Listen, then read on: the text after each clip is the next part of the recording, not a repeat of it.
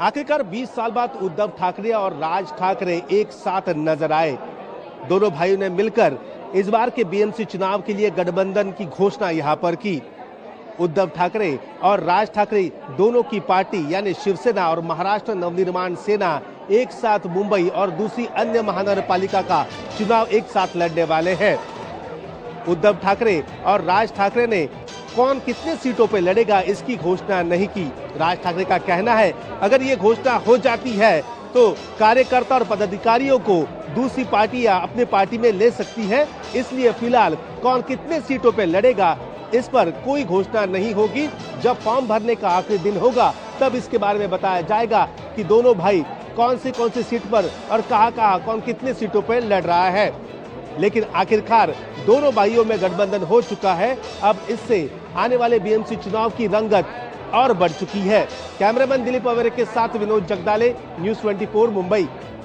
क्या बिहार में खरमास के बाद यानी 14 जनवरी के बाद कुछ बड़ा होने वाला है? क्या बिहार में बीजेपी ने नीतीश कुमार का एग्जिट प्लान तैयार कर रखा है?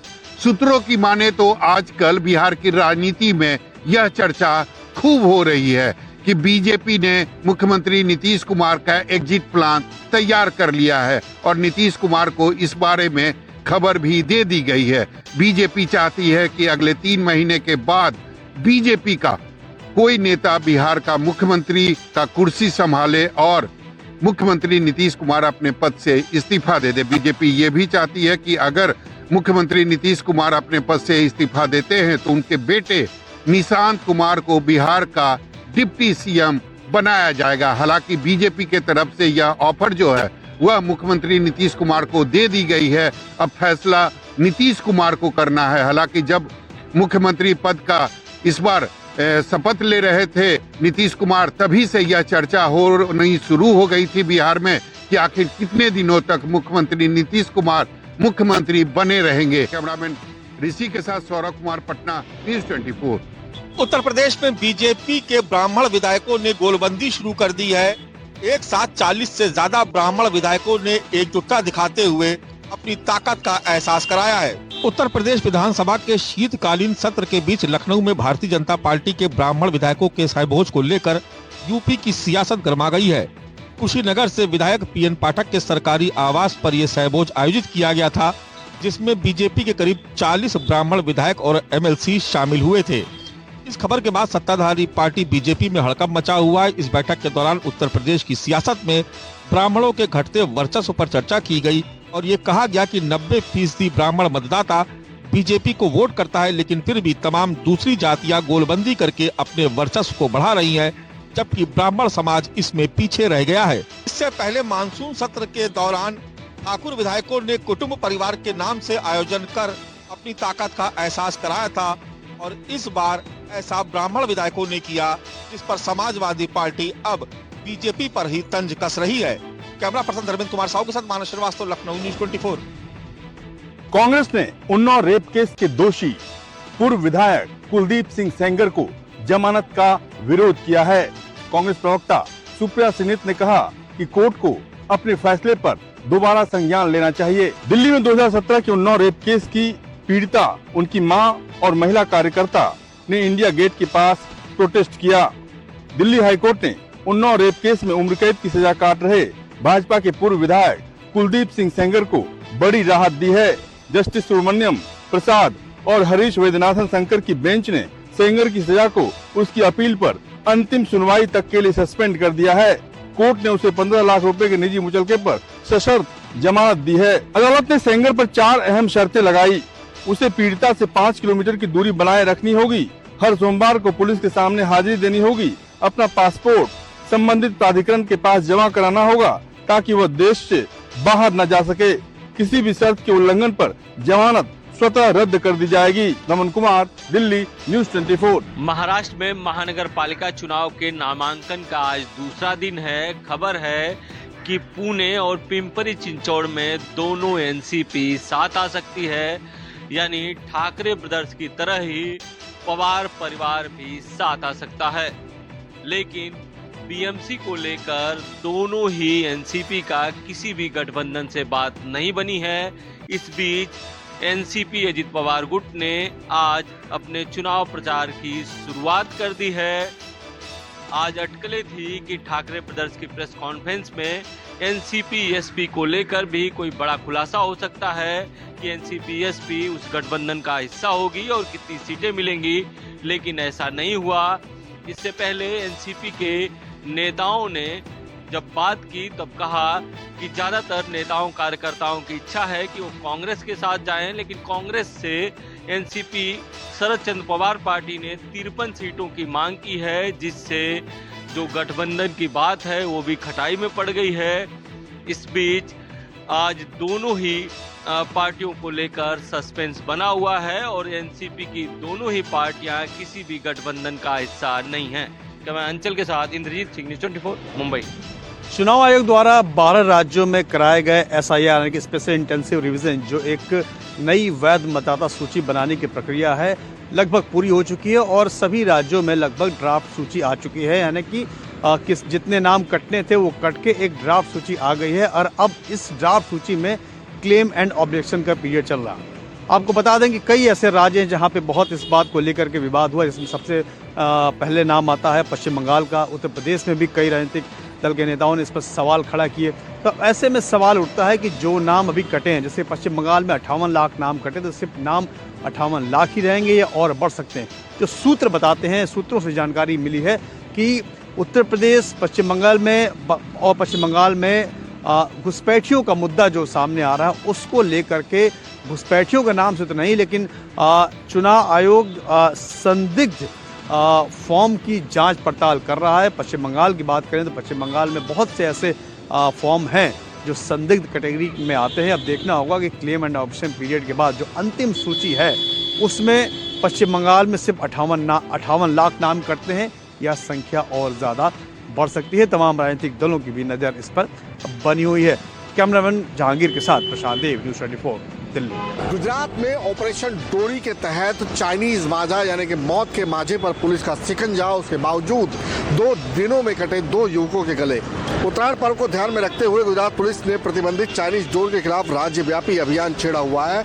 अहमदाबाद एसओजी ने Ahmedabad Tarapur Vasad highway, Jasdan national highway सहित राज्य के अलग अलग हिस्सों में 2.5 करोड़ रुपए से अधिक कीमत की चाइनीज डोर जब्त की है। जांच में वापी और सिलवासा से इसका नेटवर्क भी सामने आया है। बता दें कि गुजरात में चाइनीज डोर पर पूर्ण प्रतिबंध है। इसका उपयोग भंडारण या बिक्री कानूनों अपराध है, क्योंकि ये वाहन चालकों के साथ साथ पशु पक्षियों के लिए भी खतरनाक साबित हो रही है। लेकिन इस सख्त कार्रवाई के बावजूद चाइनीज डोर की वजह से जानलेवा घटनाएं थमने का नाम नहीं ले रही।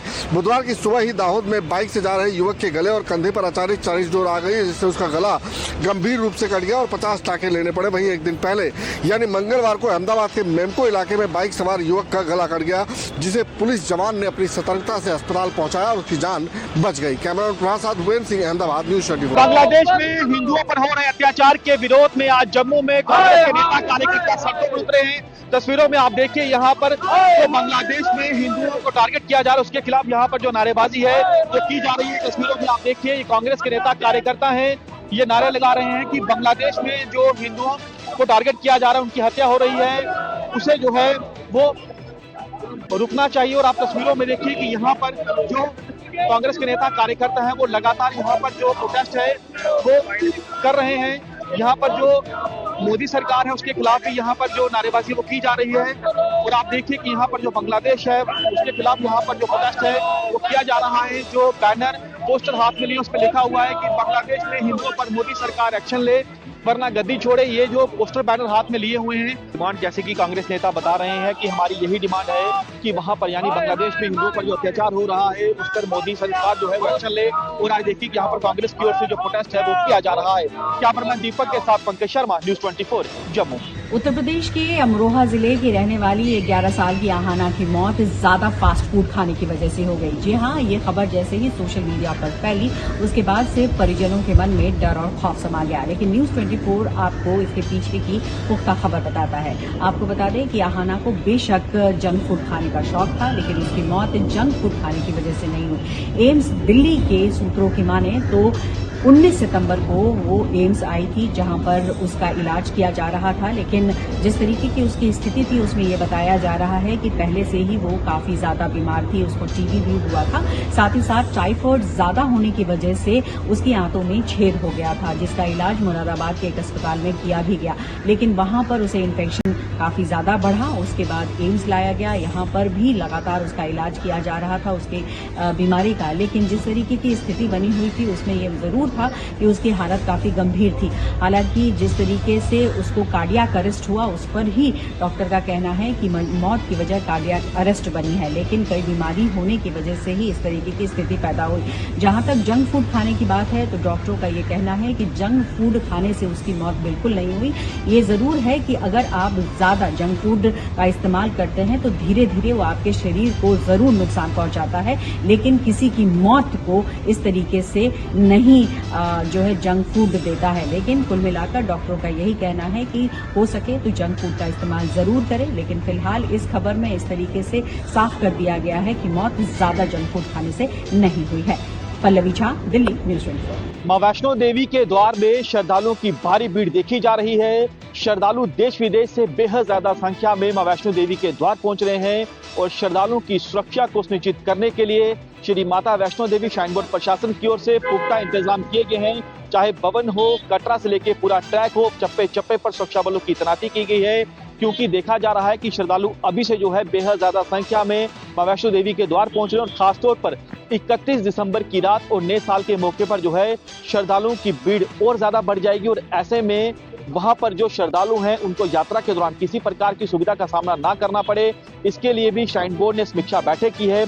आपको बता दें कि उन्हीं श्रद्धालुओं को मां वैष्णो देवी के द्वार जाने की इजाजत दी जाएगी जिनके पास RFID कार्ड होंगे। बिना इस कार्ड के किसी भी श्रद्धालु को यात्रा करने की इजाजत नहीं दी जाएगी। और कोशिश श्री माता वैष्णो देवी श्राइन बोर्ड प्रशासन की ये है, क्योंकि जो RFID कार्ड दिए गए हैं उसमें अब ये रखा गया है कि अगर श्रद्धालु RFID कार्ड ले लेते हैं 10 घंटे के भीतर जो है उन्हें अपनी यात्रा की शुरुआत करनी होगी और 24 घंटे के भीतर उन्हें वापस यानी बेस कैंप कटरा आना होगा। इसके पीछे मकसद यही है कि श्रद्धालु जैसे ही दर्शन करें उसके बाद तुरंत जो है दर्शन करने के बाद बेस कैंप कटरा लौटें, ताकि जो बाकी यात्री हैं वो आसानी से भवन आ जा सके। कैमरामैन दीपक के साथ पंकज शर्मा, न्यूज़ 24, जम्मू। दक्षिणी कश्मीर के अनंतनाग कापरन इलाके में स्थित एक सीआरपीएफ कैंप के अंदर आज सुबह उस समय काफी ज्यादा खलबली मच गई जब एक तेंदुआ अचानक से सीआरपीएफ कैंप के अंदर घुसकर यहाँ मेस में पहुंच गया, जहां पर जवान अपना ब्रेकफास्ट कर रहे थे और खलबली के बीच तेंदुए ने एक सीआरपीएफ जवान पर हमला कर उसे घायल कर दिया। और इस दौरान दूसरे जवान जो है उन्होंने तेंदुए को पकड़ने के लिए काफी कोशिशें की, लेकिन तेंदुआ सीआरपीएफ कैंप के अंदर एक जगह से दूसरी जगह भागता रहा। और इस बीच वाइल्ड लाइफ डिपार्टमेंट के लोग, जम्मू कश्मीर पुलिस के लोग पहुंचे। हालांकि तेंदुआ अब सीआरपीएफ कैंप से निकलकर इस इलाके में घूम रहा है और उसे पकड़ने के लिए कोशिशें भी लगातार जारी है। और इस बीच सीआरपीएफ जवान जो घायल हो गया था उसे हॉस्पिटल पहुंचाया गया, जहां उसकी हालत स्थिर बताई जा रही है। कैमरामैन ऋषि के साथ आजम साहब श्रीनगर, कश्मीर में सुरक्षा बलों का आतंकियों के खात्मे के लिए अब तक का सबसे बड़ा ऑपरेशन चल रहा है, ऑपरेशन ऑल आउट। इस ऑपरेशन का ये मकसद है कि जितने भी कायर पाकिस्तान द्वारा पाले गए आतंकी जम्मू कश्मीर के अलग अलग हिस्सों में मौजूद हैं, उन आतंकियों का सफाया करना। सूत्रों से मिली जानकारी के मुताबिक मौजूदा समय में जम्मू कश्मीर में करीब 130 से ज्यादा आतंकी सक्रिय हैं, जिनमें ज्यादातर विदेशी हैं, यानी 122 के करीब पाकिस्तानी आतंकी मौजूद हैं। और सीमा पार बने लॉन्चिंग पैड में भी लगातार आतंकियों की मौजूदगी देखी जा रही है, जो इस कोशिश में है कि वो अंतर्राष्ट्रीय सीमा और नियंत्रण रेखा के जरिए भारतीय सीमा में घुसपैठ कर सके। हम इस समय मौजूद हैं भारत पाकिस्तान अंतर्राष्ट्रीय सीमा के हीरानगर सेक्टर में। तस्वीरों में आप देखिए जम्मू कश्मीर पुलिस के ये वो बहादुर जवान हैं, ऑफिसर हैं, जो बनेंगे आतंकियों का काल। ये एसओजी के जवान है, जम्मू कश्मीर पुलिस के जवान है। आप देखिए कि रात के समय जवान जो है किस तरह से एरिया को सैनिटाइज कर रहे हैं। एक बड़ा ऑपरेशन इस समय लॉन्च किया गया है। मकसद यही है कि अगर यहाँ पर आतंकियों की मौजूदगी हो तो उन आतंकियों को जो है जल्दी से जल्दी ढेर किया जाए। कैमरामैन दीपक के साथ पंकज शर्मा, न्यूज़ 24, भारत पाकिस्तान अंतर्राष्ट्रीय सीमा, हीरानगर सेक्टर।